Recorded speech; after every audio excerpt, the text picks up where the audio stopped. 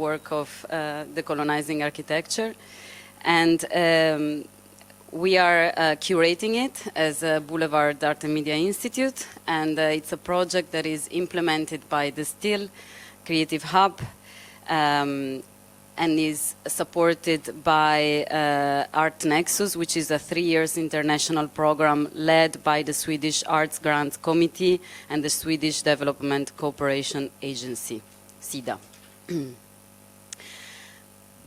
So now I can take this away.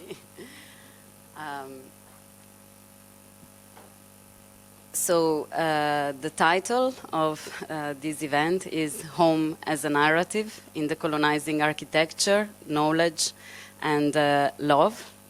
And here we have Alessandro Petti Sandi Hilal, who are artists and architects and pedagogues and friends, really, that I met exactly 10 years ago in Palestine in a place called the Heshe refugee camp. That is a camp between Bethlehem and Hebron.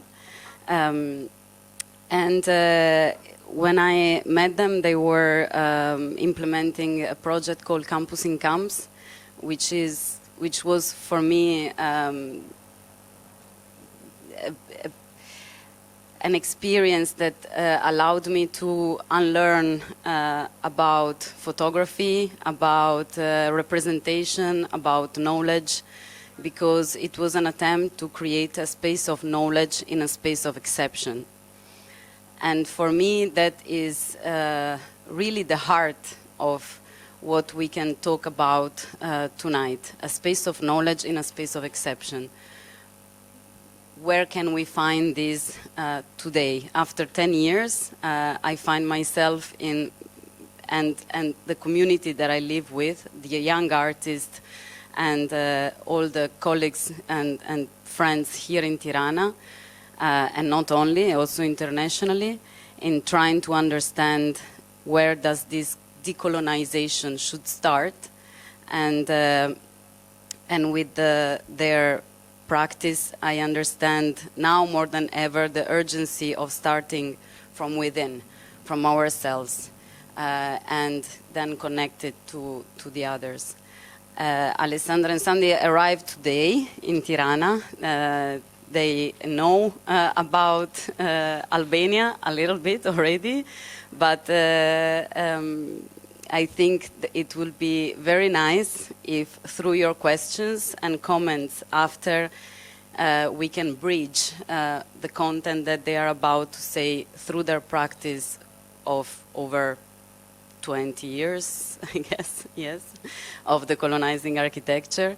So I would say, please interrupt. Can we interrupt? Yes. Interrupt if there is anything that you need clarifications about, because what they're going to talk about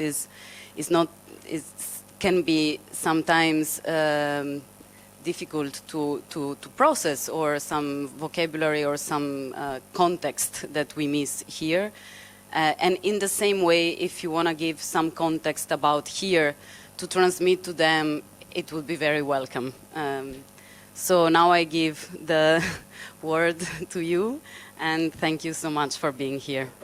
I mean, we have been indeed dreaming of this evening, and I'm so happy that, you know, we add love as a word. Normally, it's not, when you are invited to institutions, we normally insist that, you know, you cannot really separate the private from the public, and sometimes best form of knowledge production comes when you are able to bring all your life together, right? So, and, you know, with Valentina, we were just like, let's a little bit try with this. So it will be a bit of gossips of who we are, and a bit of, because these gossips will also lead you to understand why we did these projects that we did, but a little bit also of projects, and we will show you a few videos of some of the projects we did.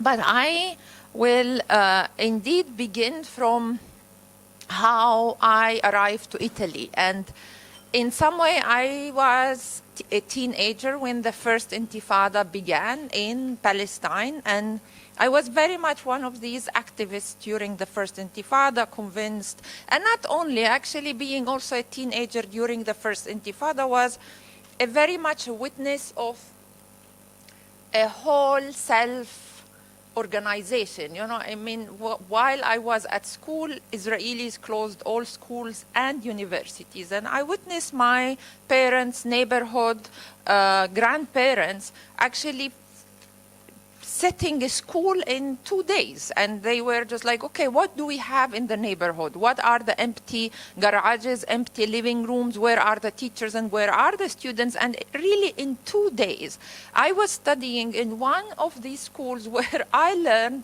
that knowledge makes sense, because before I was going to school because of my parents and because of society and because someone says it's good to go to school. While during the first Intifada, I realized that I'm going to school beyond, I mean, in some way, almost against my occupier, as a freedom of still be thinking, imagining, understanding knowledge production as a way to free your mind and to free your colonized mind. And in some way, sometimes we think that colonization is far away, but I guess what we want to bring you a lot is that, you know, colonization is among all of us, and we all need a little bit to think how to decolonize our minds. So I think I began really in a very early stages. And indeed, because universities were closed, I ended up going to Italy. I will not tell you the whole story, how I ended up going to Italy, but definitely when I was in Palestine, there was this whole moment of, you know, seeking the state, self-determination, and we imagined only the we are still, unfortunately, imagining the self-determination only through the state.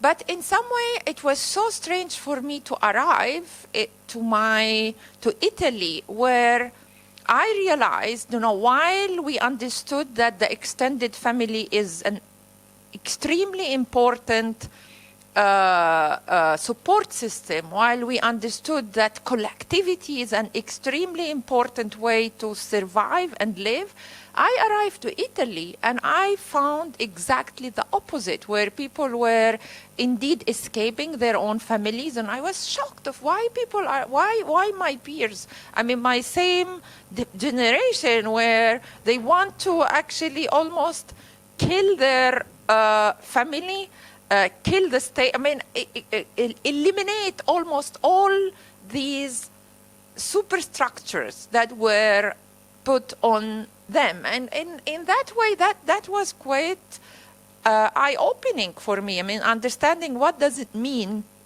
indeed, to begin to create bridges between generations. We think that we have same ages and we do have same sort of way of thinking and structuring. And in that sense, I think, you know, when I met Alessandro, I was that person that was convinced that I'm in Italy only for a few years. I want to study architecture, return back to Palestine, because that is the place where I want to struggle, I want to be, I want to build, and I want to exist. And indeed, you know, at a certain point when we met, my first reaction was and I wanted to be very honest, that will never become a serious thing, because I want to come back to Palestine. I don't want to live in Italy, right? So that was a little bit maybe the premise, and then through that we make out of that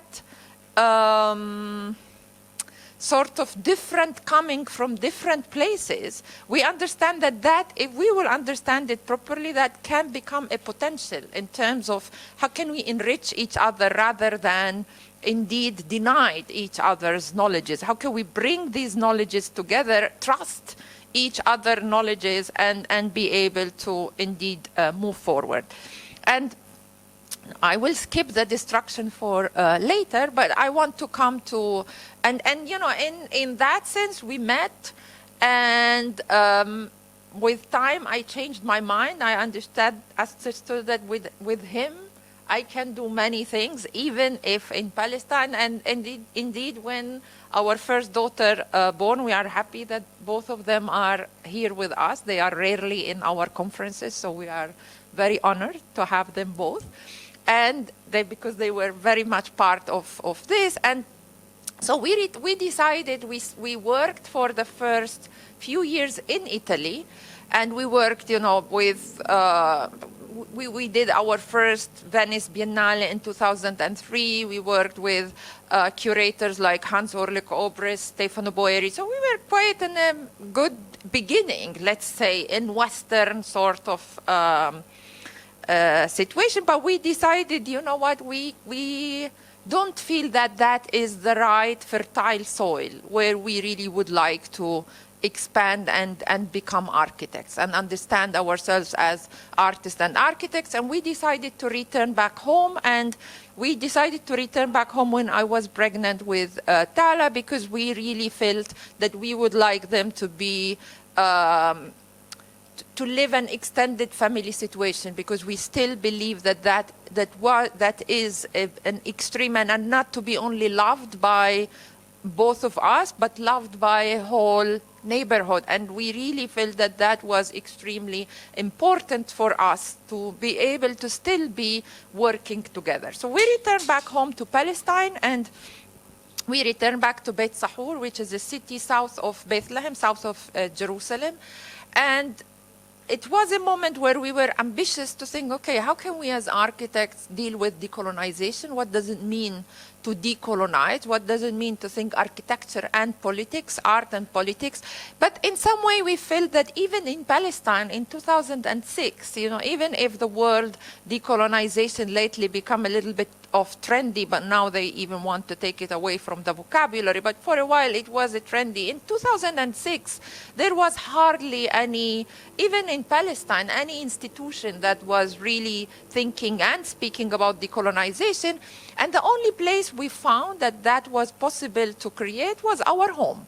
So we decided to turn our home into a place for many people to come in, and we only say we would like to open up a house where we both are there. We will be hosting both conversation, people, dinners, and many things, and in some way begin to discuss how can we think decolonization at that time, what does it mean? And surprisingly enough, a lot of people become, instead of us approaching people, we were approached by so many people that simply needed that, wanted to understand how to think and study architecture, and we turn our house into an institution to think architecture and decolonization for 10 years. And that was an extremely, a place from where we invite people to think together in projects, in collective thinking. I mean, the house turned to be, while we were raising our daughters, I mean, we were putting them in bed in the evening, and then there is a conference in our house, or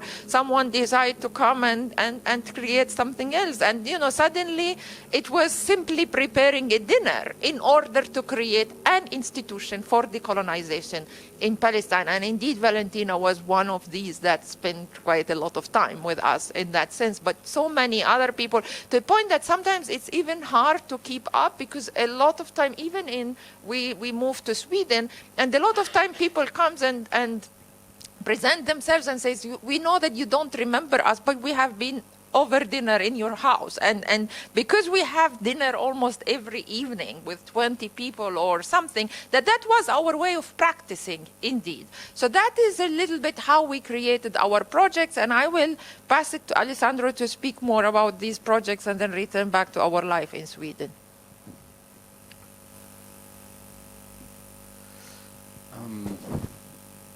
So maybe I will start by just trying to, also as a sort of introductions before diving into some of those projects, also to explain a little bit the nature of the work that we do, because sometimes it's always not easy, because, you know, we are never enough architects, never enough artists, never enough teachers. Somehow we are refugees, you know, in these disciplines, or maybe better, we are never fully acknowledging just understanding, for example, architecture simply as a discipline. So I would say that there are, these are just a kind of list of things that we have been doing so together since 2003 with Stateless Nation. That was our first exhibition in Venice. And many times these are maybe a way in which one can understand a research project. That always they start with a question. And then the project themselves, I would say there are also ways in which we try to inhabit this world that also we find very difficult to inhabit. No? Our present is so terrible and inhabitable in some ways that an artistic project for us is a way to create the conditions for us to live what we would like the world to look like. No? So it's a sort of present utopian moment, to have an artistic project in order actually to inhabit our own project. This is why, in that sense, the topic of tonight to transform even your house also as a site of production, also as a site of interventions. The second dimension that also maybe connect all these different projects together, that we are unable to work individually. We know that artistic practice most of the time, still in academia, is this idea of individualized artistic productions. For us it's impossible to work alone. We work together, but every time, every project, in a way, it's done in collaborations with other people. The third dimension is very important in these projects, is also that they take a form of an exhibitions. So the exhibitions is always a site for us to experiment, to display, never simply a side of representations, no? Not, that we do a project, then suddenly how we represent that into an exhibition, but the exhibition themselves also become a site of interventions, a site of experimentations, a site of discussions. So that's also, we call sometimes, discursive exhibitions. We never, for example, are interested in doing an exhibition simply bringing objects from one place to the other. We always try to transform the exhibition as an occasion, to gather together around objects and around materials, in order actually to continue to think the exhibition as a site of research. And that maybe is also a little bit different from what maybe people think about when we say the exhibition. And the fourth, I think, crucial aspect of all this project is that all of them are site of learning. First of all, are learning for us, and this is also very personal. I always feel that if I myself, I'm not learning from the situations, I'm definitely not interested. So, and how these projects are in a way, sometimes explicitly they become pedagogical project, but even when they are not explicit pedagogical project, they are always projects that somehow tend to create a learning environment, in which people are not just looking at things and say, oh, wow, that's nice, but it's more asking questions, more transforming this in occasions for learning. So tonight maybe we select just a few of this, or no worries, we don't talk about all of them. But also to start, and sorry for sometimes, I know it takes a little bit of time before we dive into the project themselves, but why? Because also we wanted to share a little bit of the important context. I mean, and the context of knowledge for us is entrapped, in this picture. This is the Haitian refugee camp in Bethlehem, where also Valentina joined us. And of course, when we think about refugee camps, the first image that comes into your mind is a place where, there are tents full of misery, suffering, and of course, it's one dimension of it. But for us, the Hesha is also a site of an urbanity of exile that somehow was calling for understanding, for example, how you build a house without the notion of private property. How this place could work without the notion of public and private. Most of, maybe I don't know where you have been studying, but most of us, they study in Western curriculum institutions. You learn that the city is constituted by public and private spaces. Now, if you enter in the space, you encounter a house, but the house is not a private space. Legally, people living in the Haitians, they cannot own the house. So what is it, a house, if it's not a private space? And equally, if you walk in the camp in Asia, and you see streets, you see street lamp, and look like a street, like the ones that is actually outside of this space. But then, there is no municipality. There is no one that actually is governing the city itself, no? So the camp somehow destabilized all this category in which we understand the city itself. And that was also one of the reasons why we established campus in camps, as a university in the camp, as a way in which somehow the university itself should move from the place of the campus into the camp in order to actually understand and give words to things that people were experiencing. I also want to show you maybe these two images. This is the Haitian refugee camp. It's exactly the same place with the same spot, but we are here in 1949. Now, why this picture is important? Because in a way, in 1949 is the beginning of the Nakba. The Nakba is the catastrophe in Palestine in which 2/3 of the Palestinian populations have been displaced and exiled. And that is the beginning of a catastrophe in which Gaza is one episode of something that started in 1949 and it continues.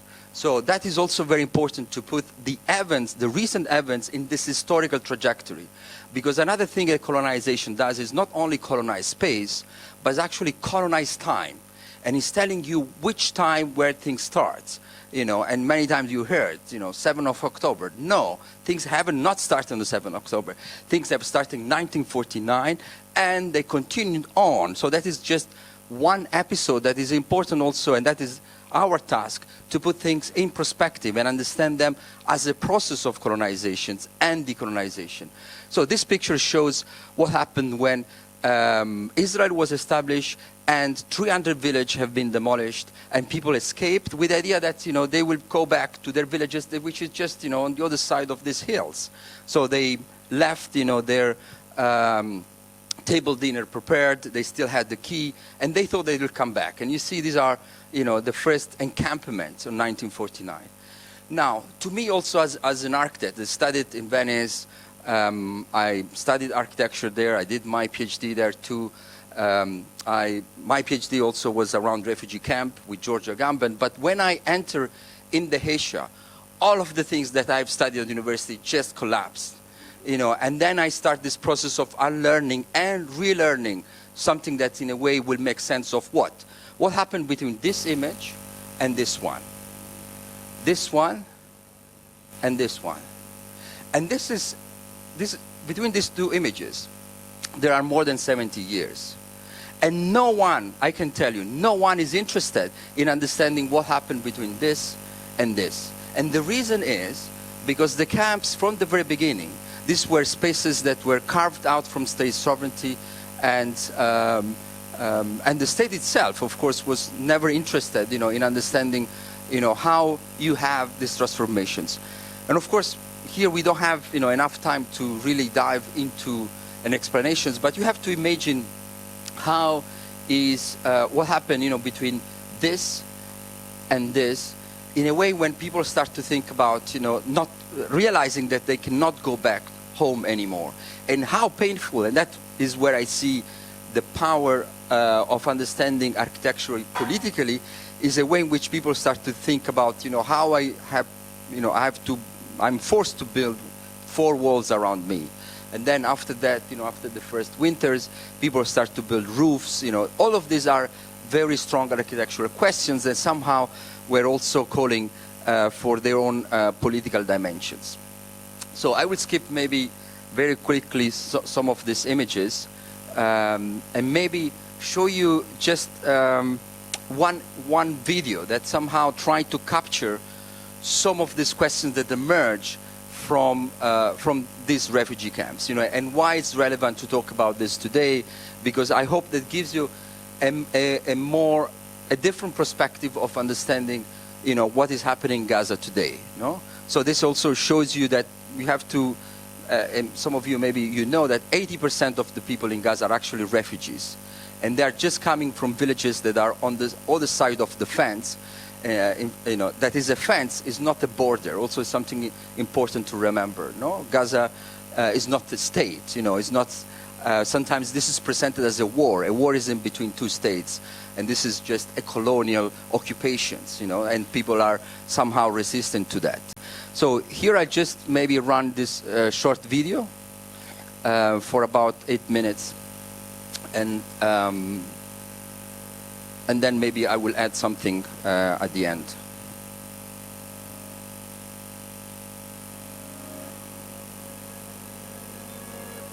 Is it possible to turn the light off if it's not too complicated?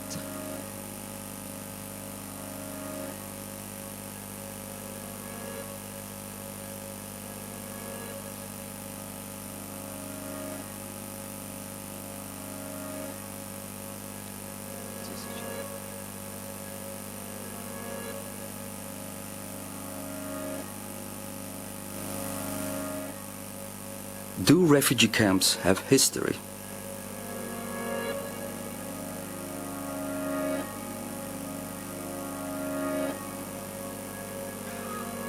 This was the fundamental question at the base of the nomination of the Haitian refugee camp as UNESCO World Heritage Site.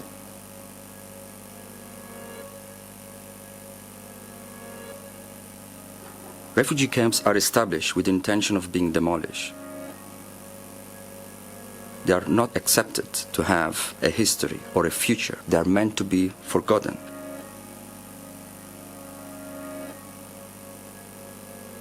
The history of refugee camps is constantly erased, dismissed by states, humanitarian organizations, international agencies, and even by refugee community themselves, in fear that any acknowledgement of the present undermines their right of return.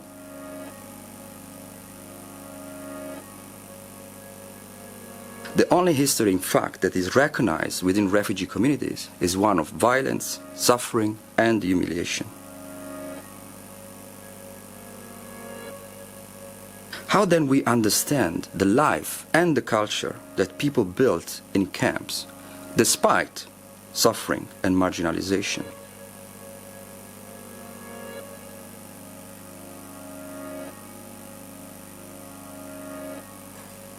The photo that you see here are part of the UNESCO dossier produced in over 2 years of discussions with refugee communities, local residents, heritage experts, and cultural producers.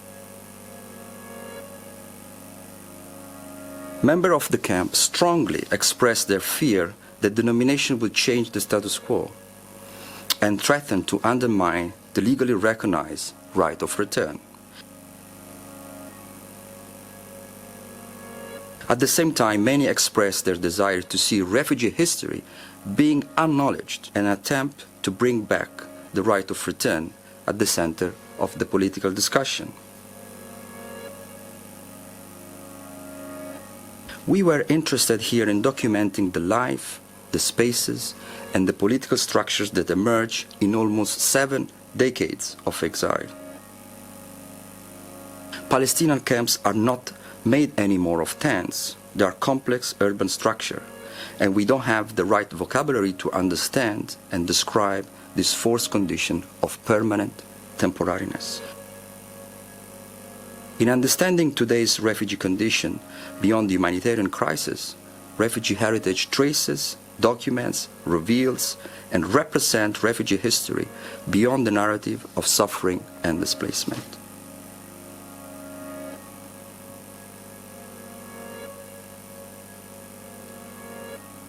خلدة، قطرة، التينة، القسطينة، تل الترمس، الفالوجة، عراق المنشية، القبيبة، الدوايمة، بيت جبرين، بيت نتيف، علار، خربة التنور، راس أبو عمار، القبو، بيت عطاب، سفلة، بيت محسير، الشوع، عسلين، صرعة، عرطوف، دير رفات، دير الهوى، لفتة، دير ياسين، عين كارم، المالحة، سطاف، صوبة، خربة اللوز، كسلة، ديربان، الجورة، زكريا، البريج، كدنة، ذكرين، دير الدبان، دير الشيخ، جرش، مغلس، عجور، الولجة.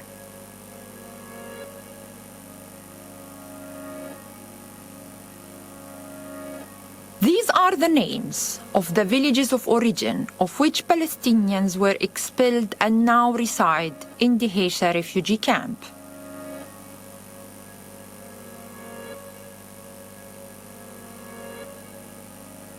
Israel demolished more than 300 villages in 1948 in order to prevent Palestinians from returning to their homes.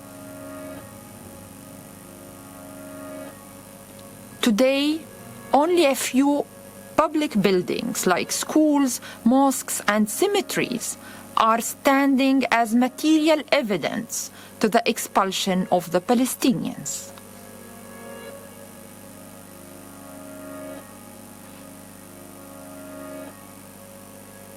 Today, these villages have for the most part been substituted with exclusive Jewish Israeli towns, national parks, and industrial areas. Refugee camps and villages of origin are associated with the same history of displacement and disposition. They are both in legal limbo and suspended. On the one hand, the camp is a permanent temporary space of emergency carved out of the state sovereignty. While on the other hand, the village is legally defined by the Israeli state as absentee property.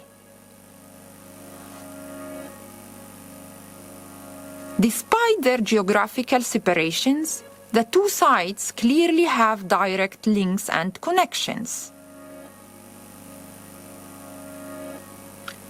Therefore, we see the possibility and the urgency of nominating the Heysha refugee camp and the 44 villages of origin as a serial transboundary World Heritage Site according to the UNESCO World Heritage Site criteria.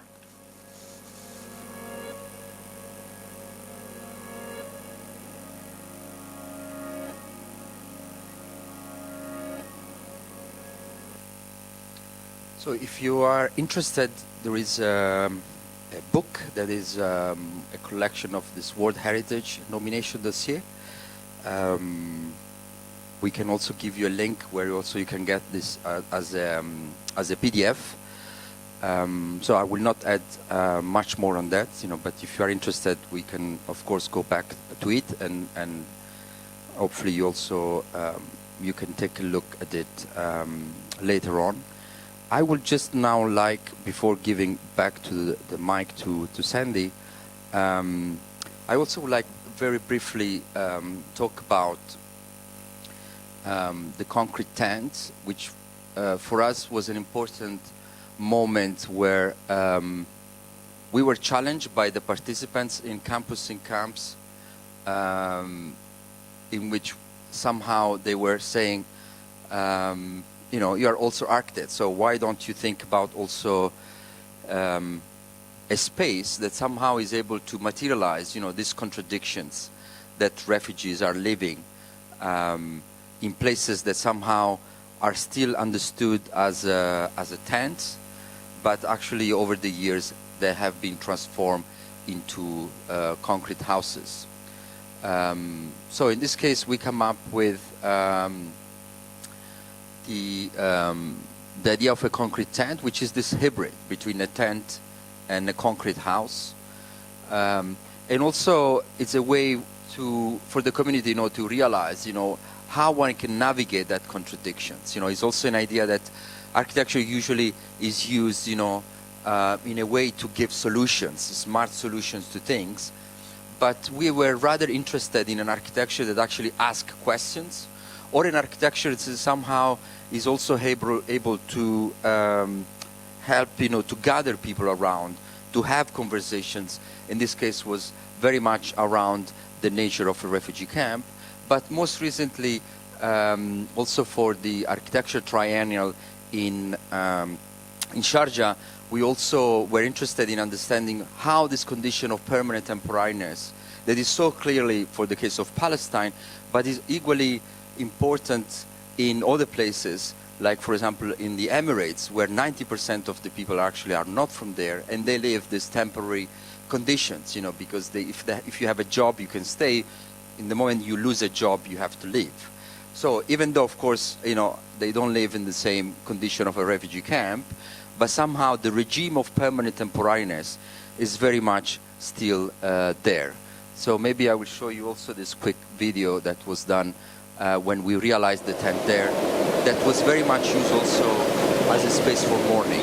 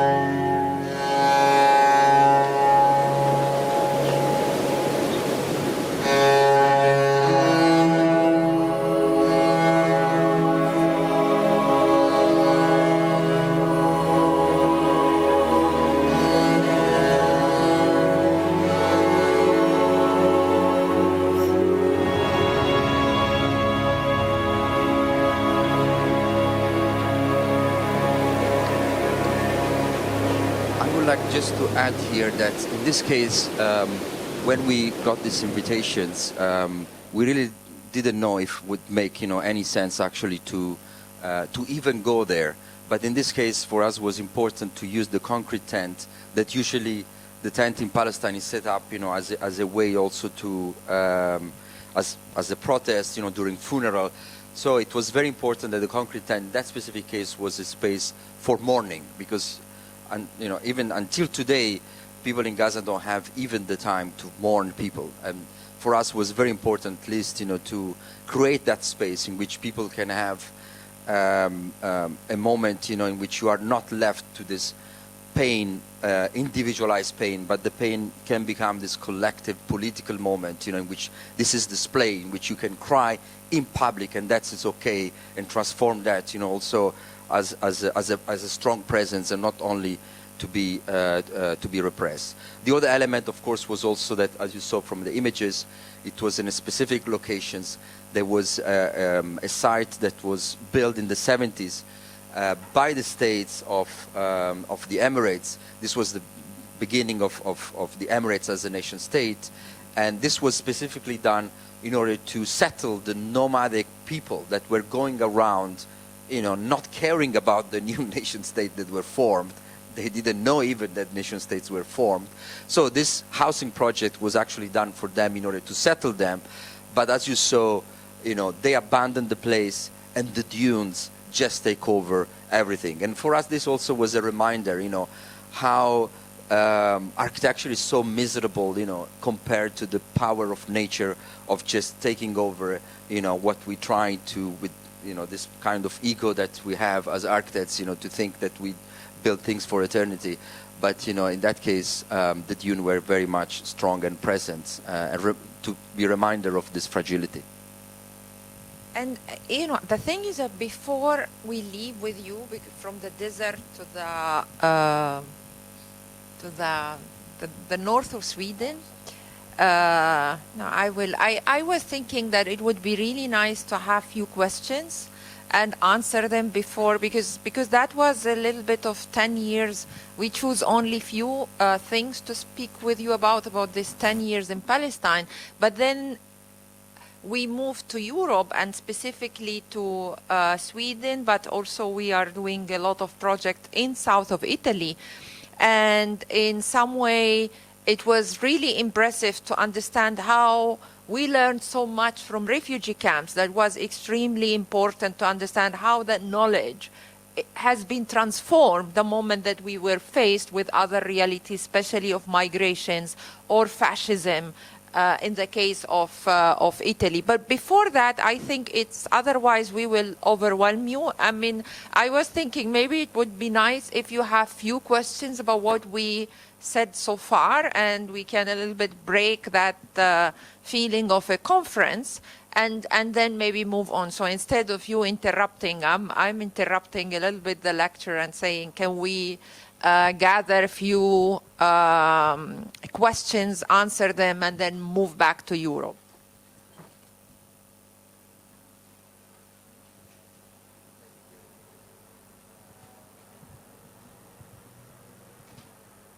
Thank you so much. Thank you so much.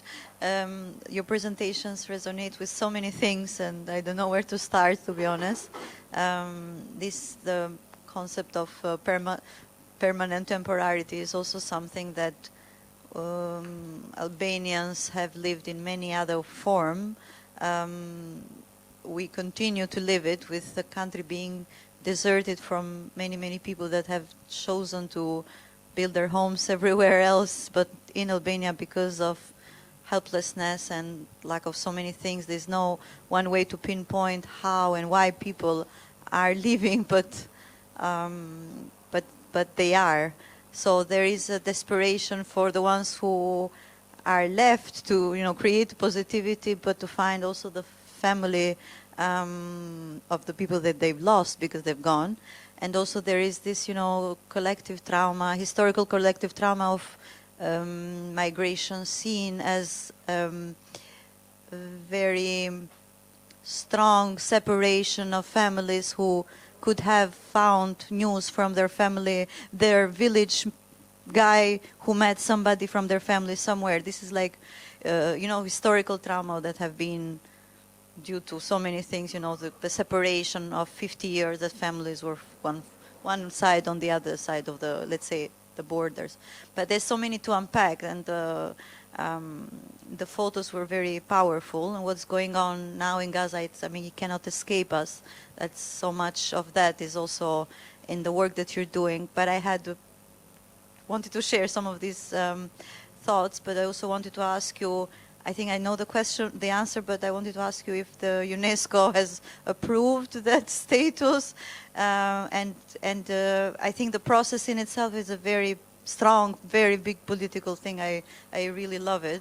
But just wanted to ask you if you can elaborate on that. And yes, I would love to have a house like yours and do gatherings like that. It's such an inspiring thing. Yeah, I mean, in that sense, I don't think that we. So let me explain why did we arrive to UNESCO, right? Because it's extremely important. Because arriving to the camp and being ourselves, a little bit understanding how much knowledge has been produced there, and yet hearing the refugees themselves, in the Hesha refugee camp, the one that we are proposing for nomination, there are more than 40 non-governmental organizations, but active one. There is a community that, and there is almost no rate of violence, high rate of education. And you would think, why a refugee camp? I mean, I'm speaking about the ones in the West Bank, because, the one in Lebanon has a different, so it's not, we cannot really say that the 59 refugee camps in the Middle East, the Palestinian refugee camps, has the same condition, but definitely the ones where we worked in south of the West Bank, there is a very, very strong political, social, and cultural community that hold things together beyond the state. And we were so sad that sometimes, you would enter into a a house where someone actually dreamed to build a tiny swimming pool for their kids, because I know as Palestinians we are Mediterranean, but we have no access to the Mediterranean. And when you ask that person, why did you build, in a genuine way, right, why did you build a swimming pool, the answer would be, but I am destroying everything to come back home. And the question was for us, and here I would like to relate it also to your questions around Albania at the beginning, or the comments, is this whole return idea as if we are returning to the 48.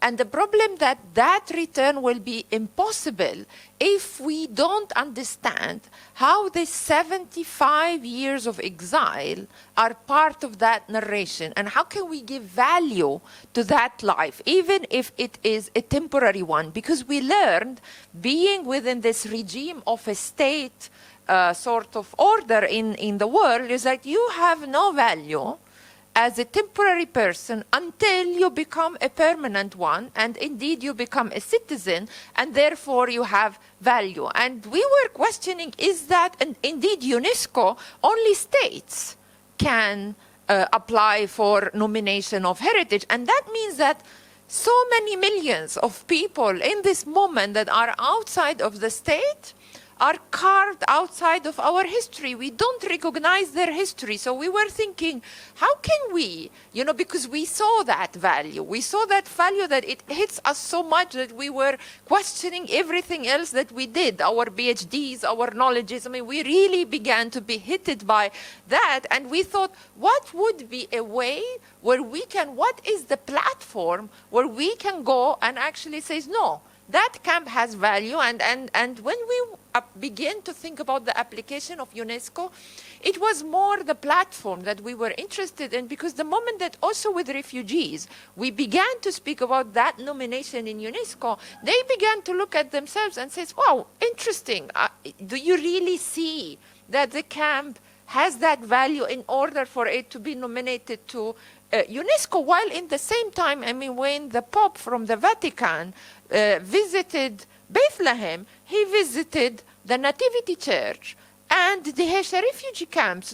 And whoever is visiting Bethlehem, normally the most two spaces that are visited in Bethlehem is the space where Jesus was born and the Hesha refugee camp. So in some way, I think, and if you will ask any Palestinian today, what would be a Palestinian heritage that you would recognize, they will tell you camps and exile. I mean, displacement. That is what should be at the top of our heritage priorities. Yet, indeed, that is impossible in this moment, because only states, and to do this nomination, you have to have both Israel, the state of Israel, and the state of Palestine coming together to do that application to UNESCO. And we knew that that was absolutely an actual impossibility. And when Alessandro was saying our projects are really about the world we want to live today, we desire to live today, even if that does not exist, right? And we still believe that that is very important to do, even if it's impossible. But also we use Art World a lot to begin to invite experts from UNESCO. So we invited a lot of experts. We asked them to actually feedback the nomination as if they are in UNESCO, etc. And they gave us amazing feedbacks. We returned back, did it the same way, as if we are a state. No, we acted from that house as if we are actually having a state, right? A state of Palestine that does not exist yet. And we began to do that. And indeed, I mean, these same UNESCO experts told us that they brought that dossier to UNESCO, questioning, are we really, I mean, what does it mean to recognize refugee heritage? So in some way, I think that what the project did, rather than maybe one day, I don't know, if Palestine would be one state for both Israelis and Palestinians, if things would change towards somewhere else, that would be a ready dossier to be applied to UNESCO, but not in this moment where we are living. Sorry, I have to take that mic.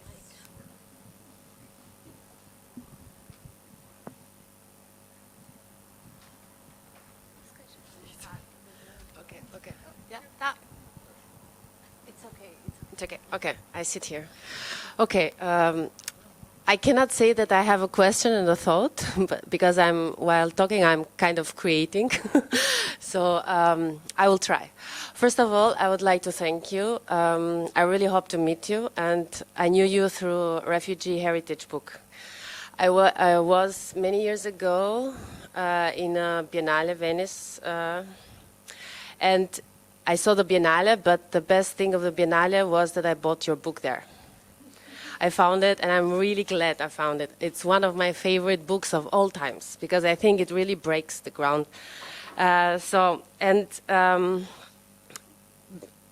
that book and what you talked, I find a lot of similarities.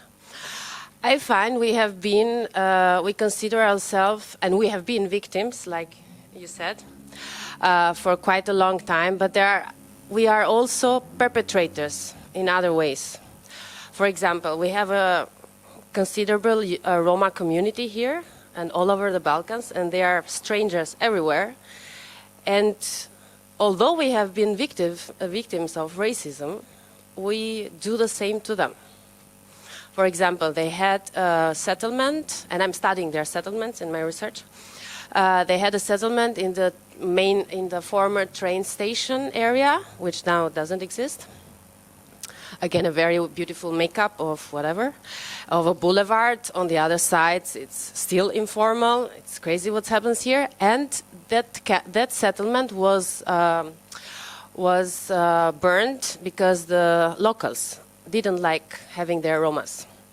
So I find that what you said at the beginning, that we should start the critic from ourselves. It's good to see the history, how we have been victims, but it's also good to recognize that we are at the same time, or a little bit a bit further in history, perpetrators. The same proves what Israel had, and what Jewish community had is very similar to this. So at a certain point in time there were victims. Now they're the state they created, not the whole community, but the state that was created is actually perpetrating. And I find this horrible, and I find we should do more in this. I'm studying this. It's very hard, because people don't understand why I'm doing this. They think that you have to be Roma to do this. They think that you have to be gay to actually fight for people's rights. So it's really, we have to go beyond. And I just wanted to bring something about my findings at the Roma community. Actually, they don't have the word border. I find this so beautiful, that they don't have a word that says border, and they don't have public, private. It belongs to everybody.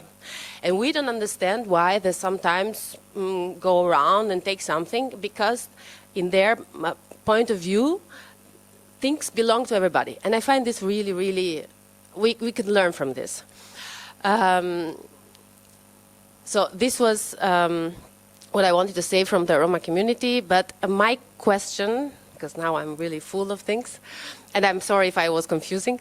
My question is, most of architects I know follow very, very much the way the society works nowadays. So they say, if a project, if I have an offer and I'm getting a lot of money, but actually it's against my principles, I'm still doing it, because if I don't do it, somebody else will do it. It's the main thought here. And I don't want, so I understand it, but I don't want to justify it like that. And I'm wondering, for architects like you, that do such research and such very political and also difficult work, that crash with a lot of international interest, what are your difficulties? What were your difficulties while doing this? So maybe you cannot say everything, because then you create other enemies, but some of them. I really want to know this. Thank you.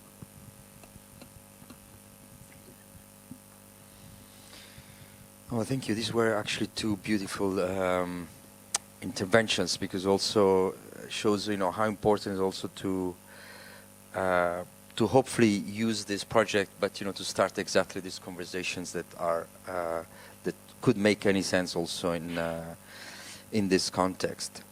I have to say, what also was behind the idea of of the nomination itself, it started a little bit more as a provocations. But I think what we were deeply convinced, it was also a moment in which somehow how you give value to things that they actually are constantly disqualified by people in power, you know, by the state or by organizations, no?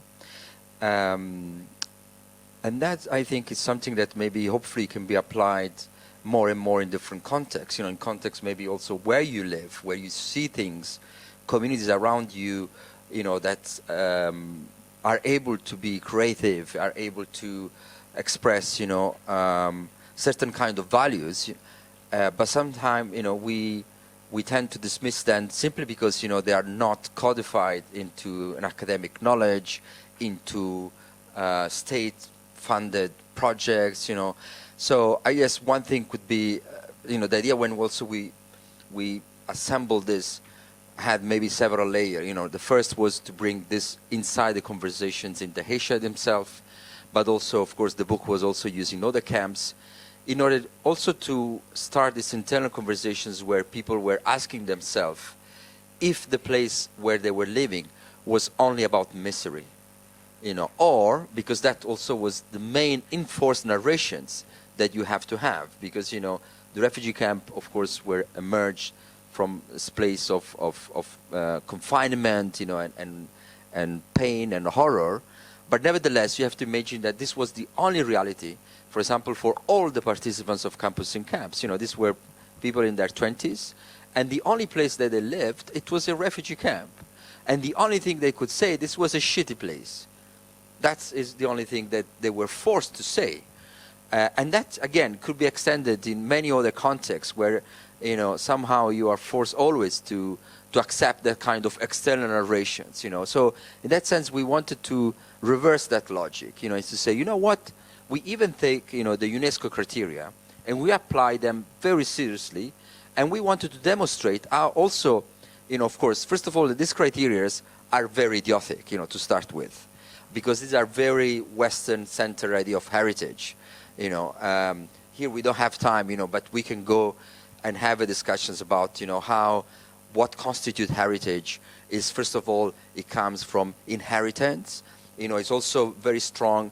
I don't know how it's in Albania as a word, but in Latin languages you use patrimonio, which is really coming from the father, you know, and the only inheritance it comes, and you start to realize, you know, what bullshit is this heritage about, no?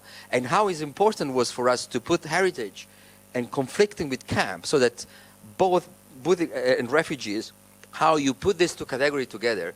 And the other thing also to destabilize this notion of heritage and to show, you know, how people are convinced that this is still a category that actually can be used without saying also how violent it is, you know, how gender-based is, and also how somehow give only the only subject that can decide that this is a universal heritage are only state.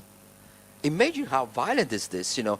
You have, of course, people, nations that are not part of they are not nation states, you know, so they are multinational states. So what about them, you know, or what about the stateless nation of 80 millions of people now that lives around the world? So what, they don't have any heritage. So for us, I think that what was behind the nomination was also really an attack to these categories, you know, and that is always a question of strategy, because of course we should arrive in a moment in which we should, you know, really invent new vocabulary in order to talk about things that we are interested in. But unfortunately we are not still there, or at least we are not there. Maybe other communities they are. I don't know how is the discussion here, but, you know, for us was also how we destabilize this notion of heritage, how somehow we arrive to the point in which through reading that book you realize that we have to really rethink completely everything that's also establish this different, you know, categories that of course are applied to that notion of heritage, but you can take this and, you know, do and apply that to many other things that somehow we are obliged, you know, to follow a certain kind of criteria. And why it's so important then to take what also can be called minority heritage, you know, things that somehow are not part of mainstream understanding of heritage, and try to actually bring them, to the front and say how this culture actually can be nominated, and how we can transgress even the process of nomination itself. I don't know. There are many things that, of course, we can talk about it, but this is just to say what was behind the nomination itself. Yeah, but I mean the challenge. Now you ask us what is your. I'm not sure if in that sense it's a challenge or what. I mean, in some way, I would say how you will departure from yourself, and you are a little bit okay not being a mainstream, because in some way I think.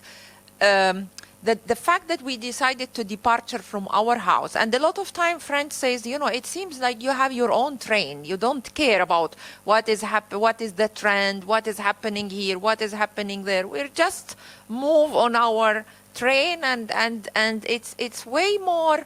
I think we were very much behind the inner satisfaction. So a lot of time we were saying that we are able to work in a place like Palestine with the messiness, with the occupation around, with so many things, because we created that inner sort of and in that sense, I would come to Valentina insisting, putting the love in that sense. I mean, we created a space where we refuge to, and even if we are hit by the outside, even if things are not going well outside, the moment I think that you have created that inner feeling that what matters is your integrity, is your feeling okay with yourself, and I think maybe the challenge is that you feel sometimes exposed, because it's quite strange, because you don't have really point of references. So you just move, and that kind of you don't have a certain you are not surrounded by crowd that would sort of give you the okay of moving on. You have to find it within your own sort of self. And the moment that you find it, actually, it's so strange, because then you will become a pharaoh in the how is like a light in the ocean. So it's people will see you, but the thing is that how you will believe enough that what you have inside has value. It's very much similar to the work that we were doing with refugee camps. Is where we are not separate from that. That we decided to see and to acknowledge that our own sort of knowledge, value, what we know, what we feel, what we hear, value, and that doesn't mean that if universities are not saying that is the right way, if institutions are not supporting us in that, a lot of people says, oh my God, you have been, even very close friends. It's like, aren't you tired of almost doing the same thing forever in 20 years' time? But we are realizing that more it's sometimes even, aren't you tired to stay with the same person, right? I mean, similar, that is a bit similar to that kind of thing. But it's so strange, because each time you hit a wall, you realize how you are also hitting your borders, your mind borders. And it becomes extremely hitting your own borders becomes the most interesting thing that you can ever do in life, and you stop thinking that you want to hit borders outside. I mean, you begin to feel that here you are full of. They put you since you born, they were building borders in your mind, one after the other, both colonization, paternalism, name it all. And I think the moment you learn how to destroy the first wall, you cannot anymore live without constantly doing that. And I think that is maybe the beginning of the challenge. When we left Venice. I mean, we were working with people like Stefano Boeri and Hans-Orlik Kobrist. We did a big Biennale exhibition. I mean, we were running very well in the Western European, and we decided actually we say always that we self-sabotage each time we reach to be a mainstream, we sort of take ourselves away, because we still want to have that mind I would call it mind decolonization, because the moment that you learn how to decolonize your mind, there is nothing better in work. There is nothing better. Power, money is not the same feeling when, because you begin to realize that you are really destroying these walls. And I can tell you, nothing in the world is more valuable. And the moment you realize that, then challenges are a little bit, are gone. The challenges that we think about in that world where we are living, because your challenges are somewhere in your own mind, and you. So that is why I feel challenges are, if you are referring to the outside challenge, because I think we are way more in this practice trying to go into the inner ones rather than the outdoor one. I don't know if I answer your question, but I tried. Maybe it's a time also to. Quickly, because they are tired too, right? That's true. Yeah. Do you have? Are you still with us? Is it okay if we continue? Yeah. Yeah. Okay. Because I think we want to take a little bit, on this passage. I think was suggested very much also by Valentina, in a way in which we can show projects, but also how these projects are part of our life. How sometimes, this idea that your professional life is separated from your life, and it's not. I mean, it's very difficult to think that these are two separate things. And I guess, for us was also the moment in which we spent 10 years in Palestine. I spent 10 years. I mean, Sandy was born there, of course, but, we spent together 10 years there. I have lived there also with never the documents that give me any residency. So every time I would enter with a touristic visa, I was not allowed to work. So and every time I had to come up with a story. Every time I was going through interrogations. And of course, after 10 years of living in that way, you have to imagine I have, let's say, one time I crossed the border, I get 1 month. Another time I crossed the border and I had 1 week. By the Israeli military regime. By the Israeli border control. And every time, I would go and give lectures, also I was interrogated, every time. And after 10 years, of course, I start to, it was a heavy toll on me. And that was also, at least from my side, what also I felt I needed a little bit of a break from that conditions, but also in a way, as we anticipated, how to link Palestine, the very extreme condition of Palestine to other conditions that are around the world, because it's very easy then to say, oh, you know what, but this is something that actually, it happens just up, there, and this is not related to other things. But as we are discussing, you start to realize, how actually things are so much connected to each other. You want to make a short introduction, or should I run the video quickly of the Madafa? Yeah, no, very short but one. Short, Sandy. Very short. How long? Keep Okay. it long. I mean, yes, we are in this.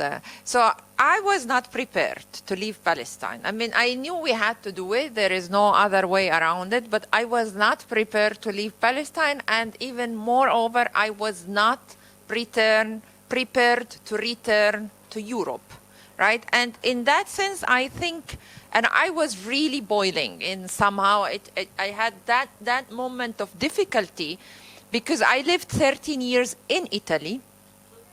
And in some way, the promise was, I arrived there and I was 18 years old and I was full of energy.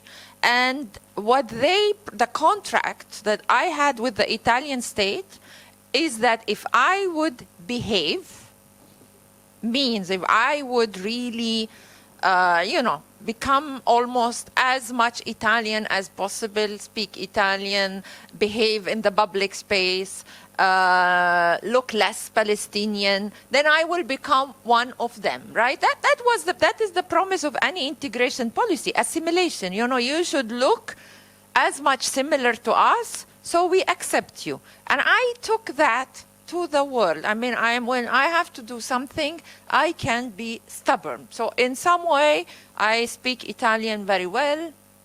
I married an Italian man. I have half Italian daughters. I cook Italian amazingly. I love Italian food. I miss Italy more than the four of them. I'm the one in the house always pushing to go to Italy. Yet, in Italy, I am still the Palestinian wife, right? And in that sense, I was, okay, I'm going to Sweden.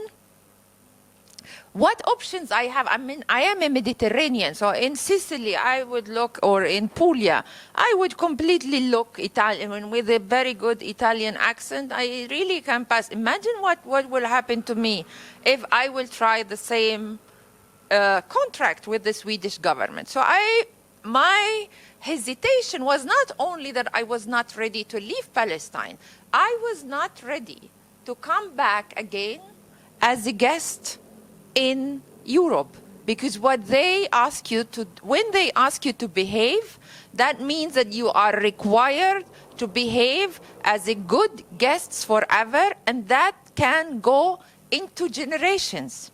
So I began to question, indeed, because of our house, because we were hosting for as a guest, in Sweden, I want to still be demanding my right to be a host, and I met these Syrian refugees, and indeed, I think, that was my first encounter, because we knew that we were going to Sweden, and that was my first encounter with Sweden, and it was hugging my fears, because I arrived there, and exactly what I found, what I was very afraid of, and I turned that fear into a project where migrants, and many people will question their right to be a host. And indeed, I will end by saying, I was so inspired by the Islamic hadith that says, hospitality is for 3 days, and after that, it is a charity.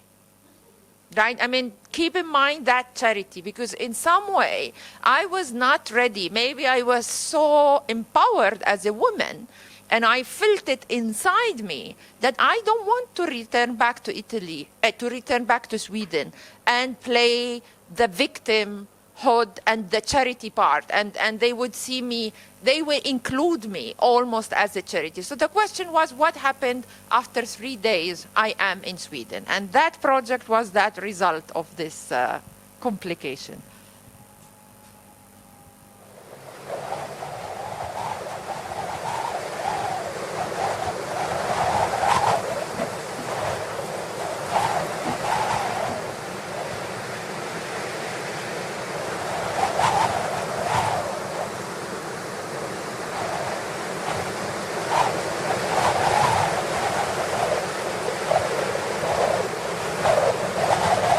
The only story that is told about Boden is its military story. The place that meant to protect the northern border of Sweden from a potential war that would come from Russia.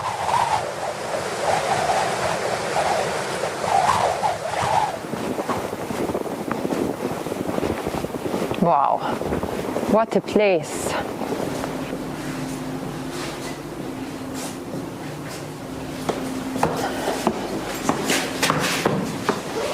It was the place where soldiers used to live, waiting a war from Russia to arrive. The arrival of refugees in Boden is part of this war that they were waiting for.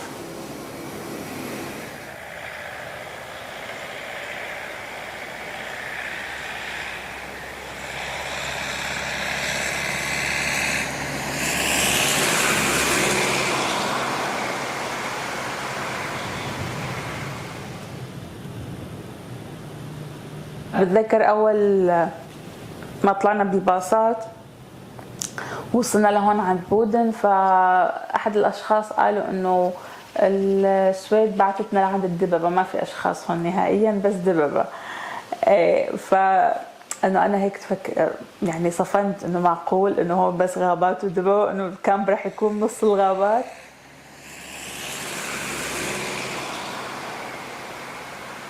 The yellow house is that building in the middle of nowhere in Boden, And it used to be for a long time the most discriminated social housing for even the people in Boden, and that as a consequence it was turned to be the place where refugees were sent to live. You get inside these rooms, very small one, very closed one because of the winter, because of the cold, and there is a feeling that they live completely alone in that place where they belong nowhere, and they sort of have no social life, and they seems to be waiting for that moment that they will leave that place. And you know, I feel that the depression comes out of the fact that they had a dream of arriving to Sweden, and by arriving to Boden, they were shocked that this was not the dream they were looking for.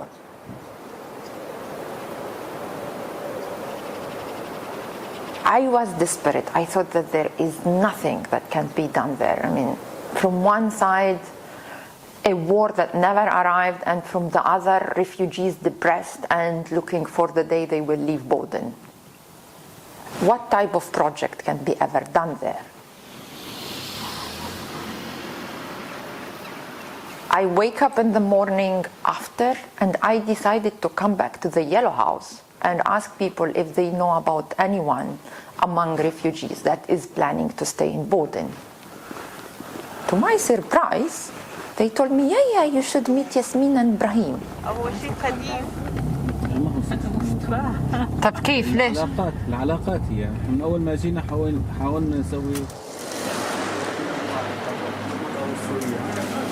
هاي القهوة السورية. طب أنا بدي أخذ لي كمان قهوة سورية، واحدة إلي جيبها واحدة. تصور يعني إنه يحكوا هم إنه الجود من الماجود، هذا مثل عربي، فنحن هذا اللي تعودنا عليه يعني في بيئتنا وفي مجتمعنا وفي عاداتنا وتقاليدنا، إنه تحاول تقدم اللي عندك وبعدين ايش تعتذر انه هذا اللي انا اقدر اقدمه.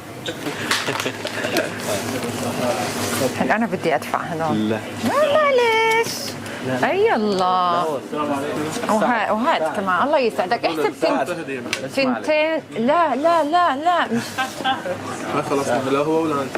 لا لا لا لا لا لا لا لا وحياتك الهديه هيك صعبه. ابراهيم احكي شيء. بدنا نطلع مش دافعين. أهلا وسهلا. تسلم شكرا.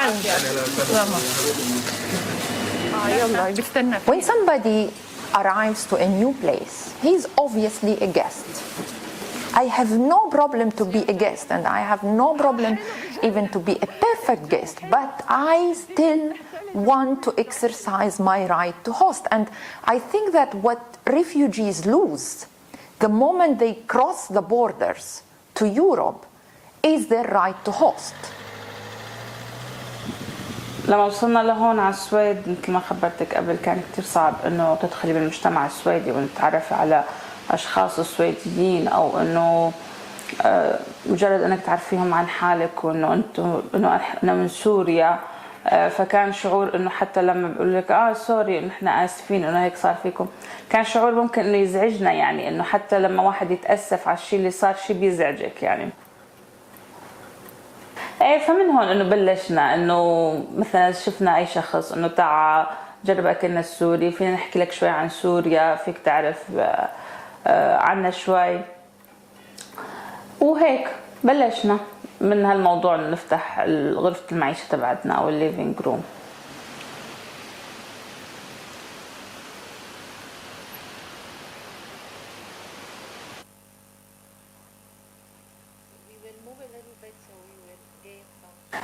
فاعطانا موعد بعد اسبوعين او 3 اسابيع، ما بتذكر بالضبط. فانه انا طلعت هيك على ابراهيم انه بعد 3 اسابيع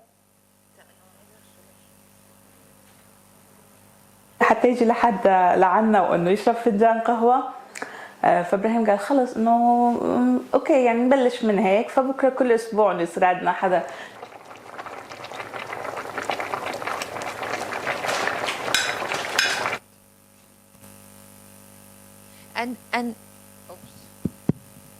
And indeed, what we did, what we decided to think is to be inspired by, indeed, when we say why Yasmin and Brahim decided to stay in Boden, because they were telling me that even if someone would smile to them in the street, they would tell him, why don't you come and have a good Syrian food? And that is something that, by the way, will happen to you always in refugee camps, because in somehow, I think people realize intuitively that the moment they begin to host you, it becomes, the power is shifted, right? The power is somewhere else. And they told me, we feel that we are numbers in the public, while in our house we return back to be humans. And so we began to think the role of the living room and how it's possible also to create public living rooms, right? So we took almost the living room of Yasmin and Brahim out, and for 3 years they began to host the city and even the mayor, politicians. And in some way, I think what was really hard to see is that after 3 years, even if newspapers wrote about it as one of the most impactful projects in the north of Sweden, because people not only from Boden, but from other sides, because each Saturday, they will have what they call the Saturday rituals. And that Saturday rituals, every Saturday, they will meet from 12 to 12 in the night, so 12 by lunchtime until to 12 in the night. And all what they do, that each Saturday, one of them says, I will be the host next Saturday. And all the people that would arrive, all migrants that would arrive in the north of Sweden would know that in few days' time, until that Saturday would arrive, they would be actually among a community. They would be. And indeed, in 3 years' time, with no explanation, the migration office would decide to take the space away. And when we ask why, I mean, you say your newspaper says this is one of the most impactful projects. They did not give any explanation. My only explanation that actually refugees managed to shift they are both guest and host, because for me a real democratic society is the one that is able actually to be guest, because being guest means that you accept that there are other valuable cultures and you just put yourself as guests in that culture. And even in your own, you want to be a multicultural society, you need to accept that you cannot be the only host. I mean, Europe wants to be multicultural society, but they want to host and keep that host position. And for me, what really happened is that refugees managed to gain their agency and demand to host and create an amazing place in the city where even people from the city itself begins to go and feel part of that life, while the migration office did not actually manage to become a guest, right? They really wanted to hold up to that charity position they have towards refugees. And for them, it was requiring a lot of unlearning to accept that maybe they can become a little bit humble and accept that they are guests for these few minutes in the life of these refugees. And indeed, it was closed. And actually, the project was acquired by the Modern Museum in Stockholm. So this project is quite an impressive project because it was commissioned by the Swedish government, preserved by the Swedish government as a story, and closed by the Swedish government. So that shows you the schizophrenia of such a society, because they would like to see themselves actually hosting migrants and having, so they feel that is while preserving it by the museum and closing it by the migration office. So that is one of, and has been, and by the way, after Boden, we did it in so many other places, the Netherlands at the entrance of the museum, in Stockholm itself, and one more time in a better timing schedule, I will tell you how did we process that anger of the closure, because we did process it with a very, very nice project later on. But maybe if we will have time, we will speak about it. So we hear first the entity of decolonization, and then if you want, have a question, I will speak about it. Maybe with a little bit of energy that I hope you still have after this long marathon, we'll take you. We were in Boden, which is the very north of Europe. And I would like to take you now to the very south of Europe, which is Sicily. And I would like also to maybe show how important it is to answer to these questions. You know, what does it mean to decolonize in a way that is localized, that has a specific conditions? Because, you know, sometimes we are used, especially the ones that are working inside university, to tend to universalize concepts, you know, as if there is a kind of way to understand or define decolonizations once for all. Here I would like to show you how asking these questions in different geography, in different bodies, actually require different answers. You know, how that questions mean something in Palestine, but also how that questions means something else in the north of Europe, in Sweden, how it means something else in the south of Europe. And that was, for me, also specifically an important question that I would take from Palestine to Italy, and specifically to south of Italy, where I was born. And maybe it might resonate, you know, with some of the heritage of this city too, because we are going a little bit to talk about, you know, the fascist colonial heritage and how to reuse it. So I'll tell this brief story for 10 minutes, and then maybe we open a little bit for conversations. So it's in 1940s, the Italian fascist regime established the entity of colonization of Sicilian latifundium, following the model of the entity of colonization of Libya and colonial architecture in Eritrea and Ethiopia. These territories were considered by the regime empty, underdeveloped, and backwards, and therefore in need to be reclaimed, modernized, and repopulated. For this purpose, the entity of colonizations inaugurated 8 new rural towns in Sicily, and as many remained unfinished. Today, most of these villages have fallen into ruin. However, what does not seem to be in ruin is the persistence of fascist, colonial, and modernist rhetoric, culture, and politics. In fact, despite the fall of fascism following the Second World War, Europe defascistization, unfortunately, remains an unfinished process. This is one of the reasons why there are so many visible architecture and monuments that actually celebrates fascist regime. Moreover, having lost its colonies during the Second World War, Italy specifically has never embarked in a real process of decolonizations. Now, with the emergence of fascist ideologies in Europe, it became urgent to ask to ourselves, what kind of heritage is the fascist, colonial, and modernist heritage? And more importantly, who has the right to reuse it? Should this heritage simply be demolished, or could be reoriented towards other ends?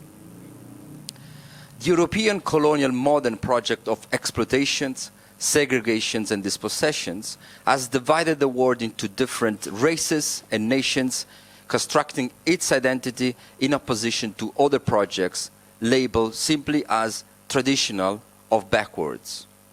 The suppression of alternative was, and in fact still is, an attempt to create a singular modernist colonial epistemology. In 2017, the nomination of Asmara, the capital of Eritrea, as UNESCO World Heritage Site for its modernist colonial architecture built by the fascist regime during the period of Italian colonizations, poses a series of fundamental questions for both the ex-colonized and the ex-colonizers.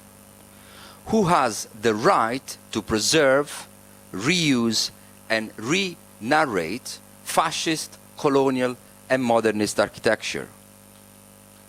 While architecture modernism in particular continues to be celebrated for its progressive and social political agenda, what the modernist rhetoric of progress and innovation obscure is in fact its dark side, namely its inherent homogenizing, authoritarian, and segregational dimensions.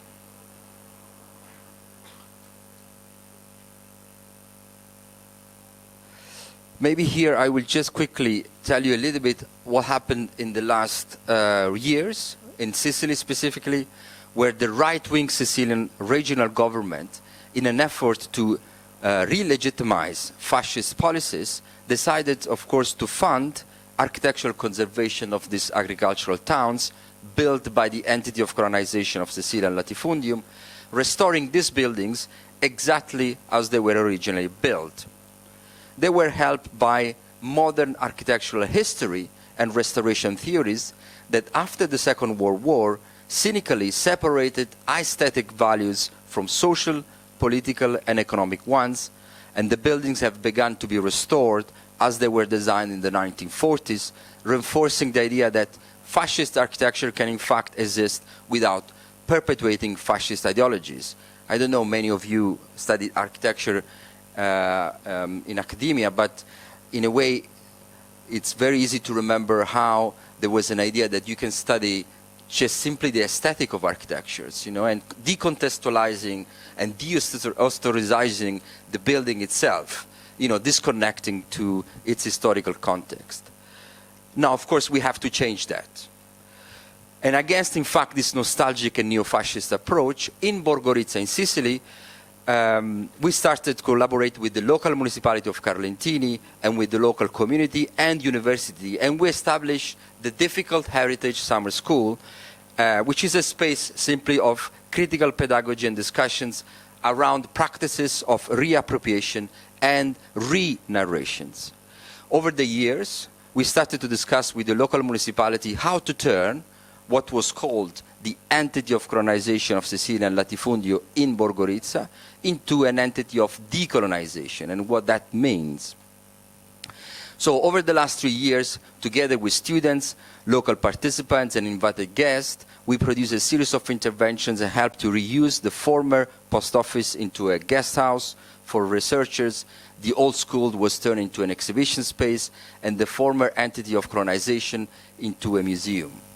We also transformed the public square for the fascist parade into a public living room. We asked the local inhabitants to donate their unused furniture.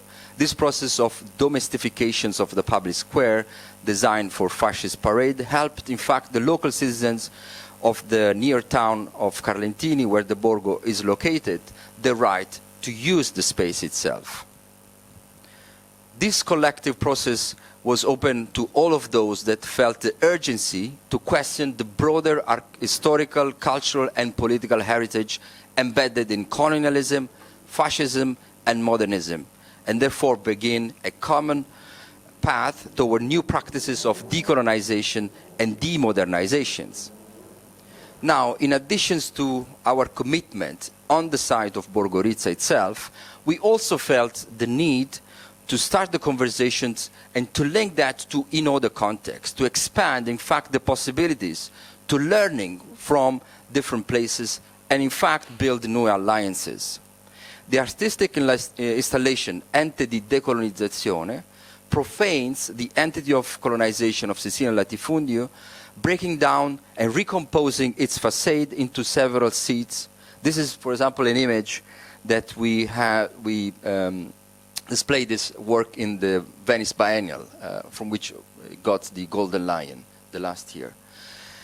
So these furniture somehow were reused as a platform for open discursive space where the public is invited to critically reconsider the social, political, and economic effects of fascist, colonial, and modernist legacies, while at the same time collectively imaging new common uses.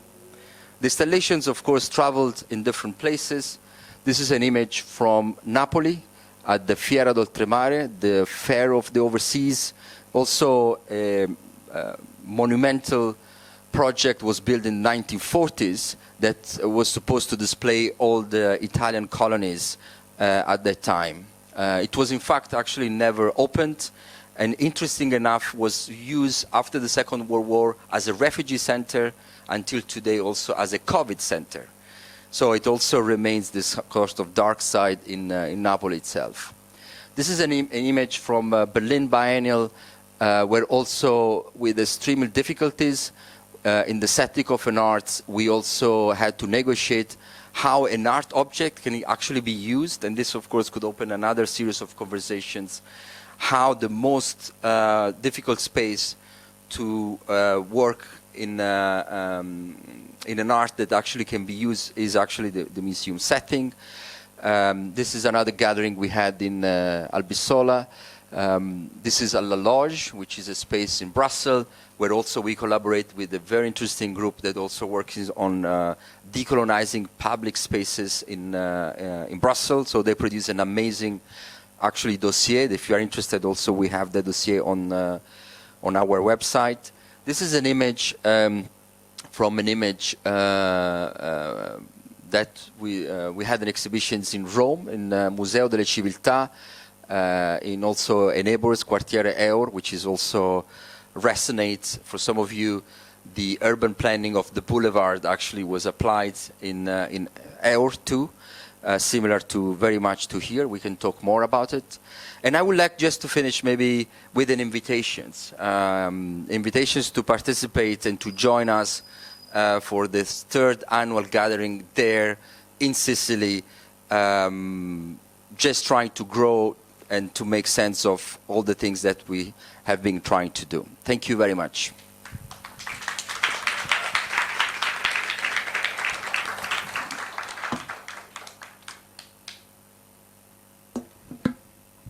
Maybe the very last questions, if you still have energy, otherwise maybe it's time for dinner.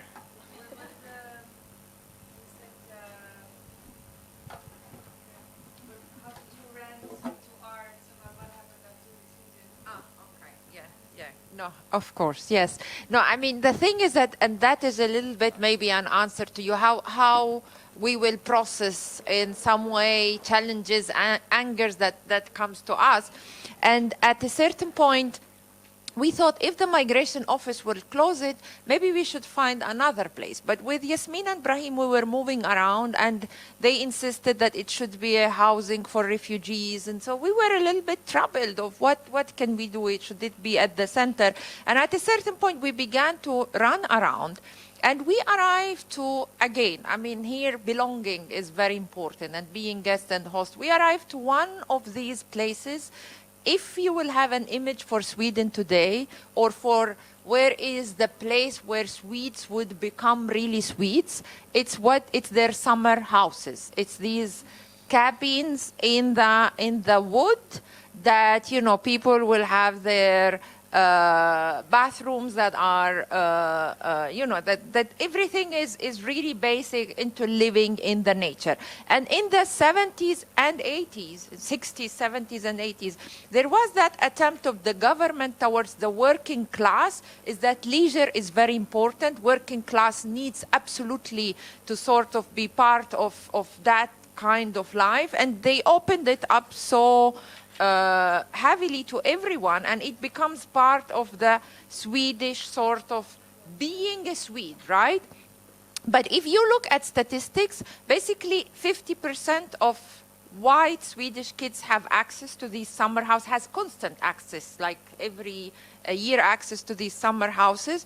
2% of third, fourth migrant generation have access. 0% of any kids from actual migration of today have access to these summer house, and they became a myth for the ones that cannot access it. I mean, indeed, when I saw the face of Yasmin and Brahim looking at it, and they told me, you know, this is a place where people will travel for an hour and a half to be in, because it's also, it has that, it created that mythical part. So we used the money that we got from the acquisition of the living room in the Modern Museum. We acquire one of these, And now we are beginning to distribute the keys for whoever would like to use it, because it's a piece of forest, you know, it's like a park. So people we began to invite people and give them the keys. It was just like, but are you sure? Why are you giving us the keys of that house? And the energy is turned to be into an amazing energy, because it's the first time. Normally when as artists you do socially engaged public art, you are always worried about the audience and the participants, and in that sense it was all, and you want to give them all the things that will bring them. That actually reverse everything into, are you sure you want to give us the keys first of all, and how can we contribute?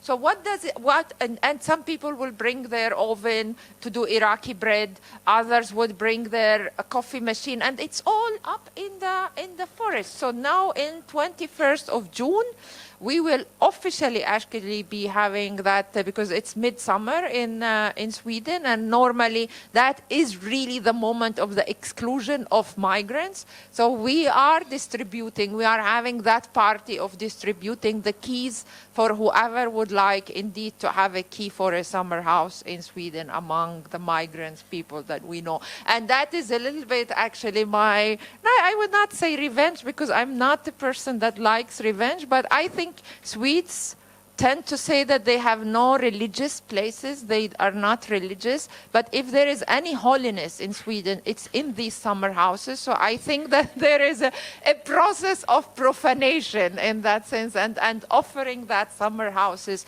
to the part of the migrants, at least among the ones that we know, that would like have access to, among them Yasmin and Brahim, but so many other people that would like to have the keys of a summer house and be able to use it. So that was a little bit of and actually I managed to process a lot of anger indeed.